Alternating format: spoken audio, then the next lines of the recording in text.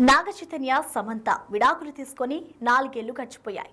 2021లో విడాకులు తీసుకొని అందరికీ షాక్ ఇచ్చింది ఈ కపుల్.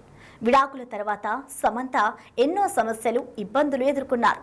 ఇక అప్పటి నుంచి సమంత తన కెరీర్ పై ఫోకస్ పెట్టి తన దారిలో తాను వెళ్తుంది. మరోవైపు నాగచైతన్య మాత్రం శోభితా ధూళిపాలని ప్రేమించి ఇటీవలే పెళ్లి కూడా చేసుకున్నారు. అయితే తాజాగా సమంత ఇచ్చిన ఓ ఇంటర్వ్యూలో నాగచైతన్య రెండో పెళ్లిపై ప్రశ్న ఎదురైంది. దీనికి శామ్ అదిరిపోయే ఆన్సర్ ఇచ్చింది.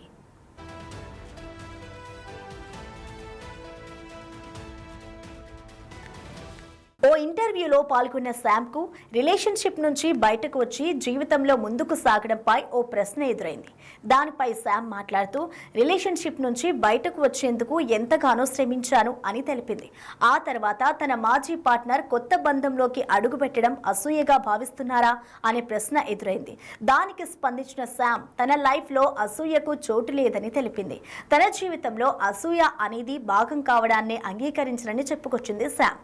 అంతేకాకుండా అసూయే అన్ని చెడులకు మూలమని తాను భావిస్తున్నట్లు చెప్పుకొచ్చింది. అందువల్ల అలాంటి వాటి గురించి తాను పెద్దగా పట్టించుకోనని తెలిపింది. దీంతో శామ్ చేసిన కామెంట్స్ నెట్టింట వైరల్ గా మారాయి. అయితే తన ఎక్స్ పార్ట్నర్ గురించి శామ్ షాకింగ్ కామెంట్స్ చేయడం ఇదే మొదటిసారి కాదు.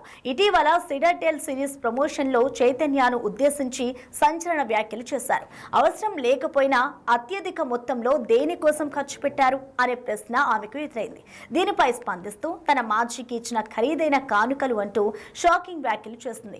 దాని ధర కూడా చాలా ఎక్కువే అని చెప్పుకొచ్చింది. ఇక అప్పట్లో శామ్ వ్యాఖ్యలు నెట్టింట వైరల్ గా మారాయి. ఇక ప్రస్తుతం శామ్ వరుస సినిమాలతో ఫుల్ బిజీగా ఉన్నారు.